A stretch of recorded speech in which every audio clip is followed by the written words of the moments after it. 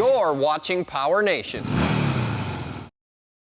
On this episode of Carcass, we take a trip back in time with one of Japan's most popular sports cars. The Z platform has a unique history as a performance automobile, and we plan on taking our 1978 280Z one step further. We'll check out the ability of our Datsun on the road and the dyno. Plus, we head out to the West Coast to a car event that has us charged up for the automotive future.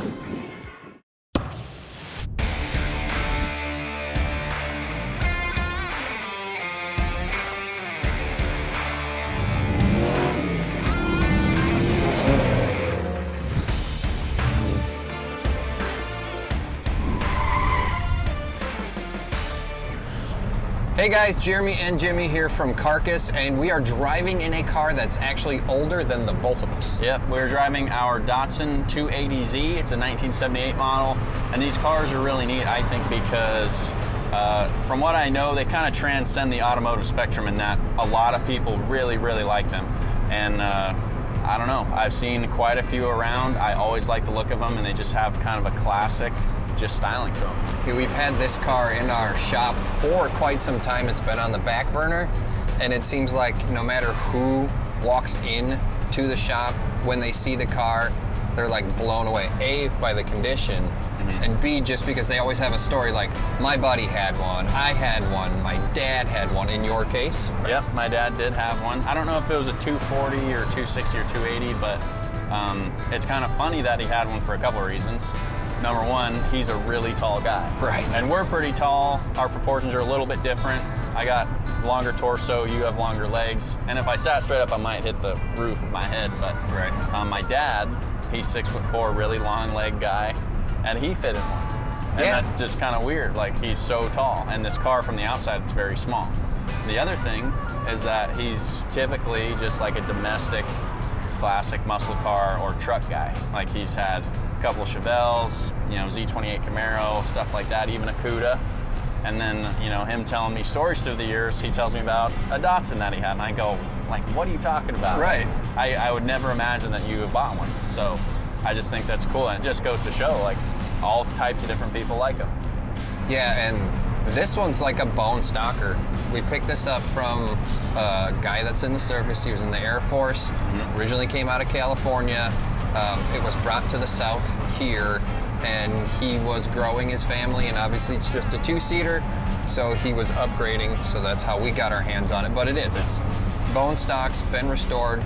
It's got the original 2.8 liter inline six-cylinder in it. I think that's why the hoods on these things are so long, right, to cram that engine in here. Yep. But it's 90 degrees outside today, and we've got the windows up and the air conditioning on. Yeah, and it works too. And it works, and this thing is extremely comfortable, which is kind of a rarity for what you and I like to build, work on, and do. Usually they're loud, obnoxious, and full of horsepower. Yeah, this has a full interior. It's pretty comfortable. It's not too loud in here, so yeah, I'm happy with how this thing rides. Yeah, and we're not going really extreme with this car. We're gonna keep it super basic on the, let's say, nostalgic side of things. Yeah, so we're gonna kind of upgrade everything underneath, suspension-wise, put a little bit wider wheel and tire on it, get this thing to just really drive out nice. And then as far as powertrain goes, we're gonna leave the engine pretty much stock. We might upgrade a few things just depending on what we can get into. We'll definitely get it refreshed. I think that's a no-brainer. And then the big thing that I think will make this car really fun is we'll put a 5 or 6-speed in here. Yeah, 100%. That's kind of our style. Yeah. You know, we're gonna do a lot of little things to the car, but really pay homage to what the Z is and where it has come from in history, really. Right. And so then on the outside too, you know, this is a 78, so a few years into these crash bumpers, which are, to be honest, they're big and they're ugly. So we want to get rid of them, just kind of smooth the car out, maybe recess the marker lights or get rid of them completely. We'll just kind of see. We both don't like cars that are too smooth because you can take it too far and then it stops looking like what it was supposed to be. So we just want to kind of refine it a little bit, kind of give our own twist on it, and yeah. It should be a cool build. Yeah, we're not here to reinvent the wheel. Yeah. We're just gonna make the wheel look better. Yes, exactly. So I think from here, like normal, let's get it back to the shop, let's throw it on the dyno. Not that we're gonna make any more horsepower. We'll run through the engine and stuff, but it's always fun to figure out a baseline horsepower that we have. Right. And compare it to stock. And then we'll just tear into it, get started, and have a bunch of fun with it. Yeah, love it. Let's do it. We'll strap our 280Z to the dyno and see what horsepower the inline six still has.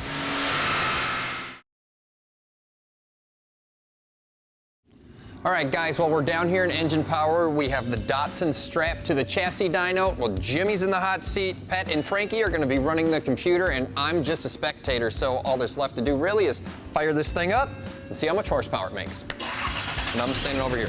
Man, runs really nice. Smooth. Ready? You're running the rocket ship there, Yeah. so remember, no touchy the brakey. No touchy breaky. Got it. As high as you dare, I guess. Yeah, and, As you and dare. crank her Ooh, up. that's scary.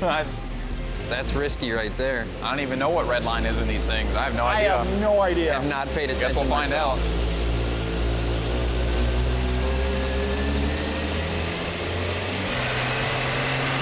Oh, baby. Always scary.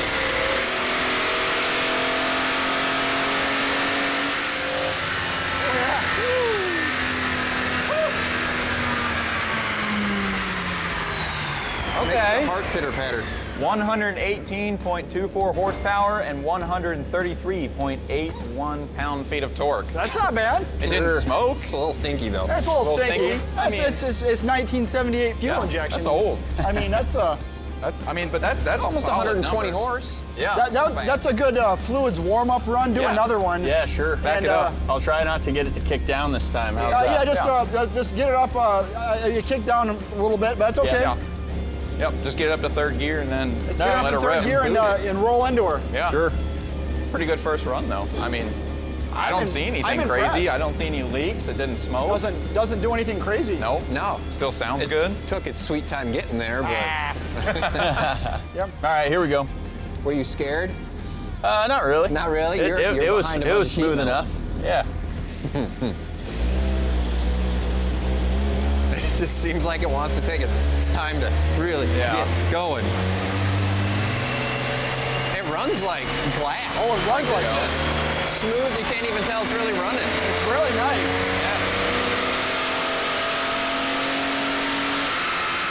There we go.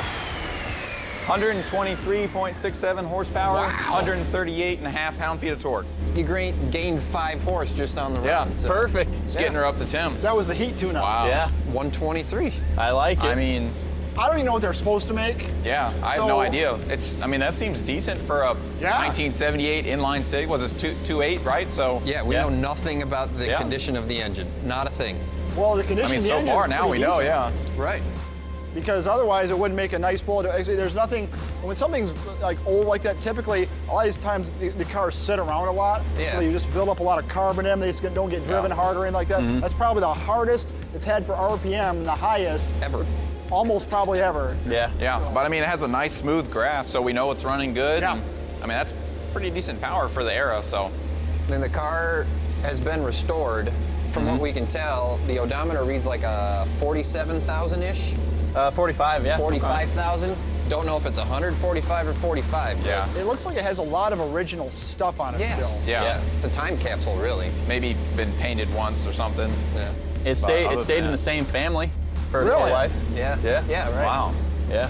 Well, what do you guys think? Is the third one backs up the first two numbers, so do one more and call it good? Hey, you yeah. could stay doing them all day till you run out of gas as far as we're concerned. Yeah. I think it's cool. It sounds like it's turning twice the RPM that it actually is. Yeah. You know? Yeah, right. Yeah. And so it gets kind of scary sounding, but yeah, if you want to do another one, Yeah, might do it. it'll be probably everything. Now you got enough, oil right? temp, you got Yeah. rear end temp, you got Probably everything. level off. It'll probably level off. See Yeah. what it does. Yeah, sure can. All I'm gonna right. stand back though.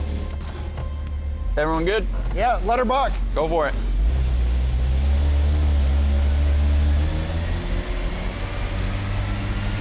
All right, here we go.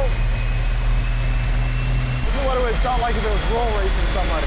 That's what it sounds like, yeah.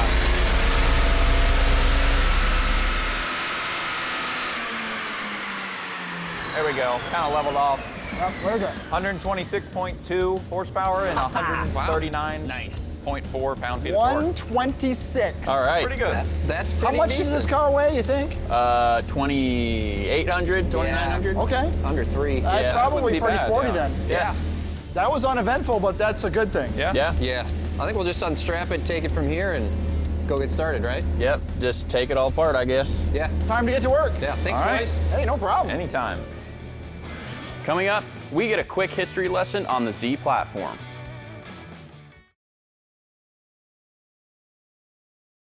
All right, guys, we've got our Z back in our studio. We just got it off the dyno and laid down some pretty good numbers out of our inline 6, and we even took this thing for a test drive. But believe it or not, Jimmy and I don't know a whole heck of a lot about this S30 chassis. But we do know that the Z Series was Datsun's flagship model for the US market, so we wanted to make sure that we built this thing right. So we brought in a 240Z to give us a little bit of inspiration for our car. We also brought in Nissan's heritage expert, Jonathan, so he can tell us kind of the differences between these. So Jonathan, this obviously 240, ours is a 280, there's a 260 somewhere in between. What are kind of the main differences between those? Yeah, absolutely. So from an exterior standpoint, they look relatively the same, right? So one of the key differentiating factors, though, is definitely the front end. So, I mean, of course, you can tell that the bumpers are obviously different. So we've got the very large park bench bumper, so to speak, on the 280, whereas we've got a nice, clean, thin front bumper on the 240.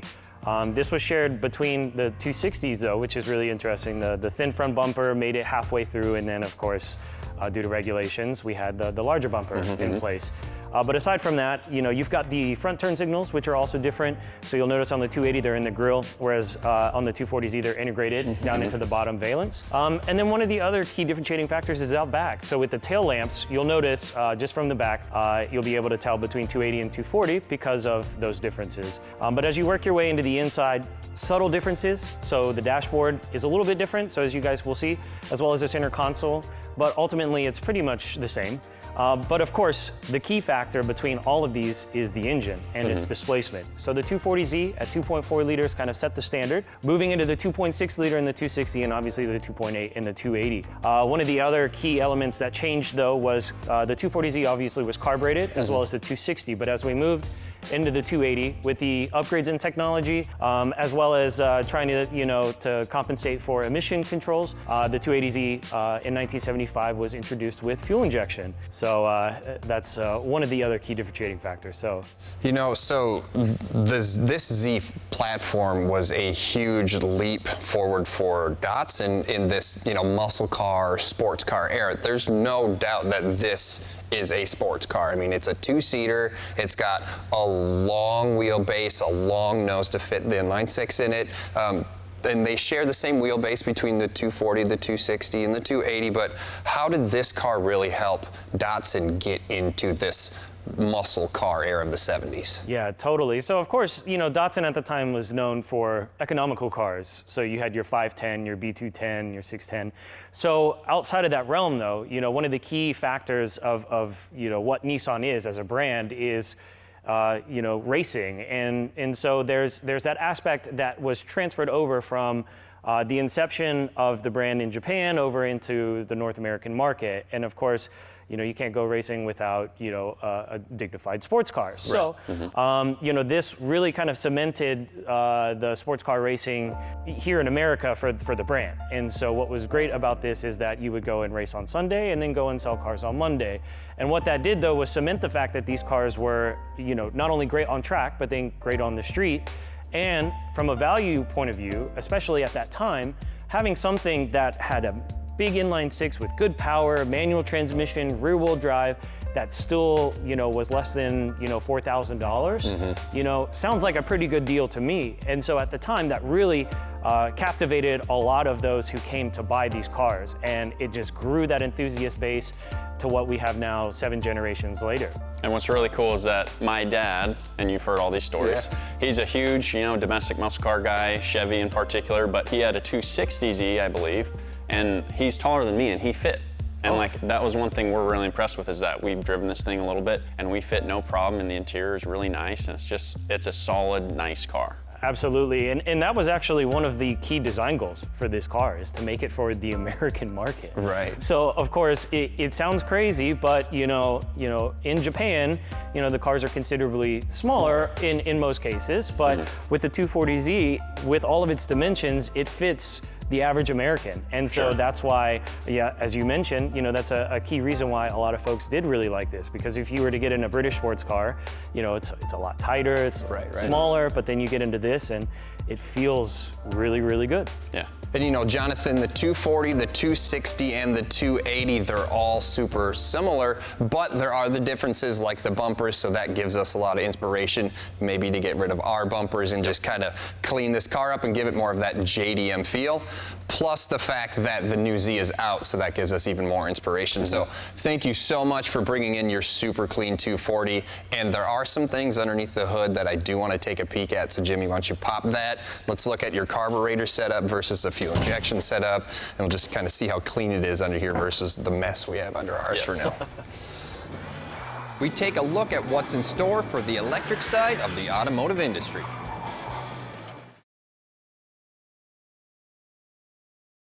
Hey guys, welcome to beautiful California. We're here at the Sonoma Raceway, and last year Holley put on an event that may come as a shock to some of you guys, but there is one thing that is for certain. They definitely know how to throw a party, and the atmosphere around here, well, it's pretty electrifying. Welcome to Holley High Voltage.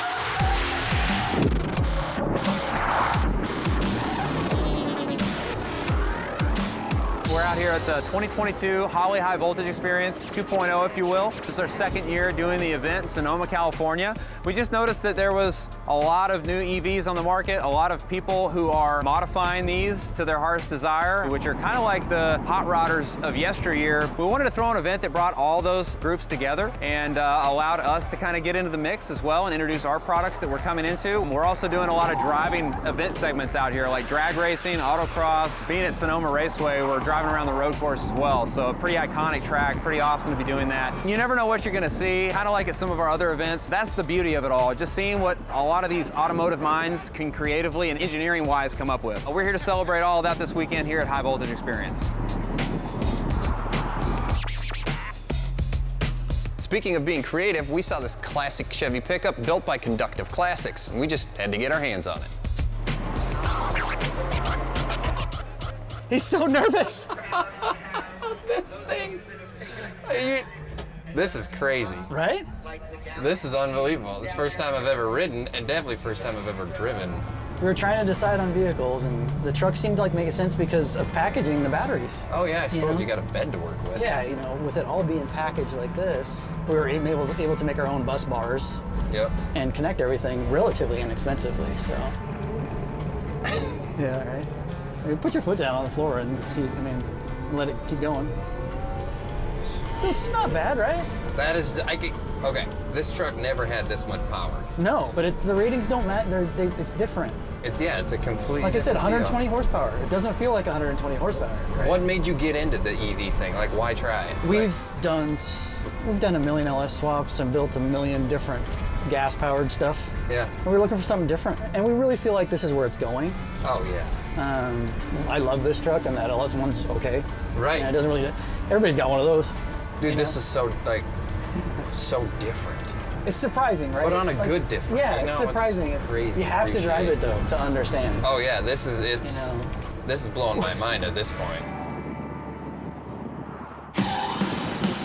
I think it's a great event. It's well run. I think it's really cool, the people that got to come out, the demonstrations. I came to kind of see, I'm basically planning a project myself and came to see the vendors, what other people have done, what's going on, components, all that stuff. I think what I've been most impressed by is the guys that are coming in and building components, kind of already building an aftermarket. I mean, there's a lot of heavy lifting as far as software and electronics that really comes into an EV project. All these kind of guys are really coming through with solutions that can make it easily accessible make it cool. It's really impressive the products they're bringing to market to allow these projects and just allow so much to happen. All right, guys, well, I have been lucky enough to jump into the Porsche that was sitting outside of the Holley booth, and Ian is gonna give us a really good lesson on what it takes to get around the track, right?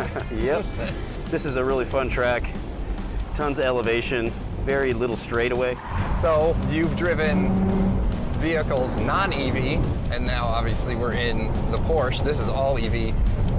What's the difference? You know, it's really pretty simple. It's just easier to drive because you're not worrying about shifting as much. So you really have to be conscious of mile per hour because these cars are so fast. Yeah, the acceleration in this thing is almost unbelievable. Yeah, and it just doesn't stop. So prior to today, I have never ridden or driven an EV vehicle, and the sheer power they have is so different. And you know, the sound on this is actually all piped in. The like kind of Jetson engine sound. Yeah, you can turn it off. Artificial? Yeah. Really? Yeah. Just to give you a feeling of like RPM or something. No way. Yeah.